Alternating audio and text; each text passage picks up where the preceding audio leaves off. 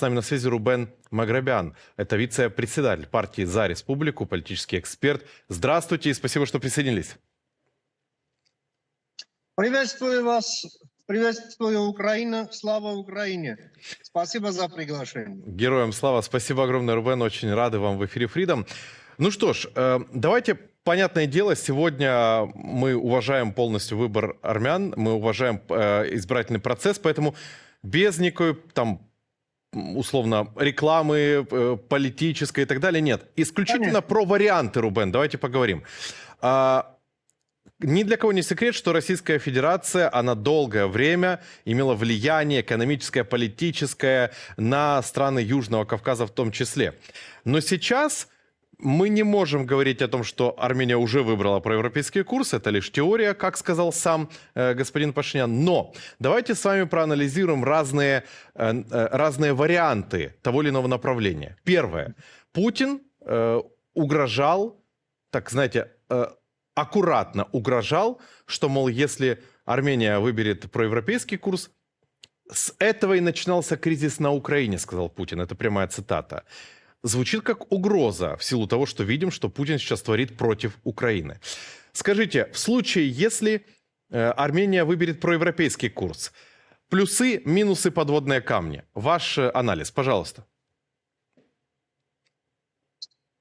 Да, сегодня действительно экзамен для армянской государственности как таковой. И этот экзамен мы сдаем, в общем-то, в экстремальных условиях.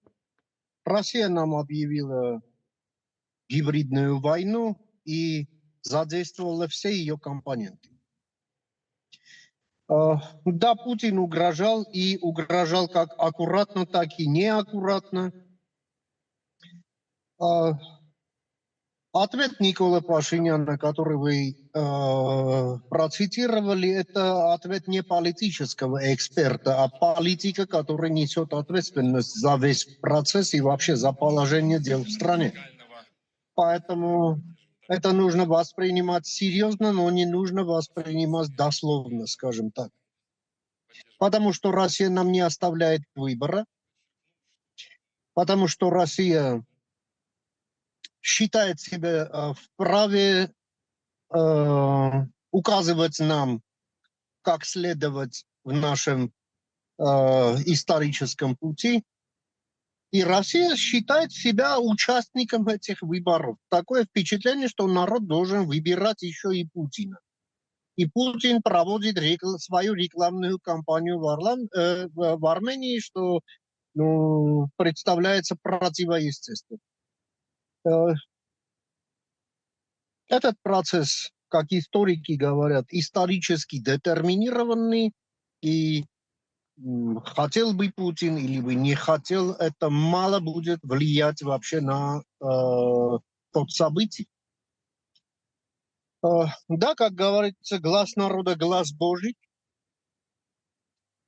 Народ Армении определился со своими приоритетами. Абсолютно очевидно, что предпочтение гражданина Армении, оно проевропейское, потому что это имеет глубокие исторические корни, культурные корни, и плюс уже нынешняя политическая конъюнктура, которая сложилась в международных отношениях в силу известных всем нам причин. Я уверен, что Армения этот экзамен сдаст, и сдаст на отлично. Я в этом просто не сомневаюсь. И будем двигаться дальше. Рубен, сегодня в нашем эфире включался к нам наш корреспондент, который сейчас работает в Ереване, как раз на избирательных площадках. Да. И Никита, наш корреспондент, обратил внимание на то, что даже присутствие там российских журналистов, так называемых пропагандистов по факту, они сразу пытаются спровоцировать непосредственно Пашиняна, спровоцировать на притеснение русскоязычных, притеснение россиян. Мы это все слышали в 2014 году в Украине. Можно ли говорить о том, что вот уже видно, что дана российским журналистам, пропагандистам команда максимально политизировать вопросы, внутренние вопросы Армении? Я не про проблемы говорю. Говорю просто внутренние вопросы, знаете, такие острые. В Украине это был тогда вопрос языка, который постоянно Российская Федерация пыталась из него сделать какую-то проблему, несуществующую на самом деле. Да, безусловно, понятие российский журналист и провокатор из России – это синонимы, и мы все это знаем, и мы это знаем как в Украине, так и знаем в Армении. Но у России меньше зацепок за это, и им остается всего лишь уповать на действия правоохранительных органов в Армении, направленных на поддержание правопорядка. Понятно, что силы, которые являются клиентами Путина,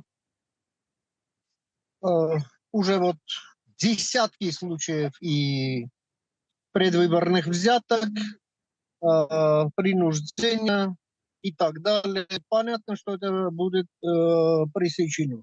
И российские журналисты пытаются играть на этом. Вопрос языка не работает, потому что Армения армяноязычная страна, хотя все знают по-русски, и я в том числе.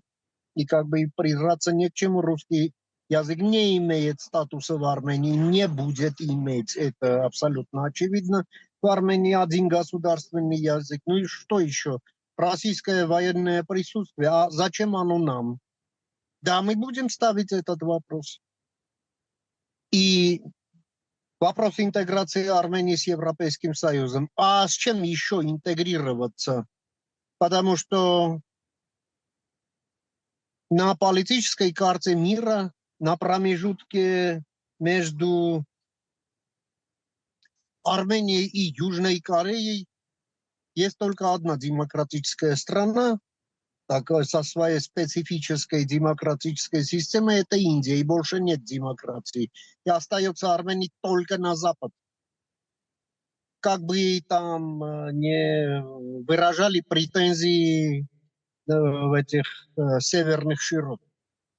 Вот из этого мы и будем исходить. Понятно, что Россия сейчас, Армению никогда и не считала как государство, такое вот временно потерянная территория.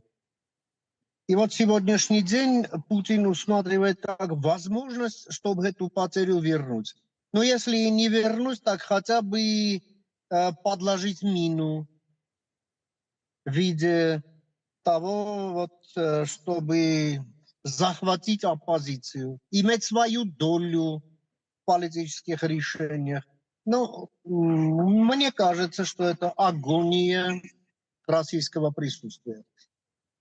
Армения закрывает последнюю страницу такой условно российской главы нашей истории. Сегодня мы открываем новую чистую страницу и будем дальше писать нашу историю. Нашими действиями, нашими помыслами, и да поможет нам Бог. Рубен, огромное спасибо за то, что нашли время присоединиться к эфиру. Всегда радуем об эфире Freedom. Рубен Мергабян, вице-председатель партии «За республику», политический эксперт, с нами был на прямой связи. Все, что важно знать сегодня, уже в приложении Freedom. Прямые эфиры, спецпроекты, репортажи и аналитика. Просто скачайте приложение в App Store или Play Market и получайте актуальную информацию, где бы вы ни были. Быть в курсе важных событий с Freedom – это просто.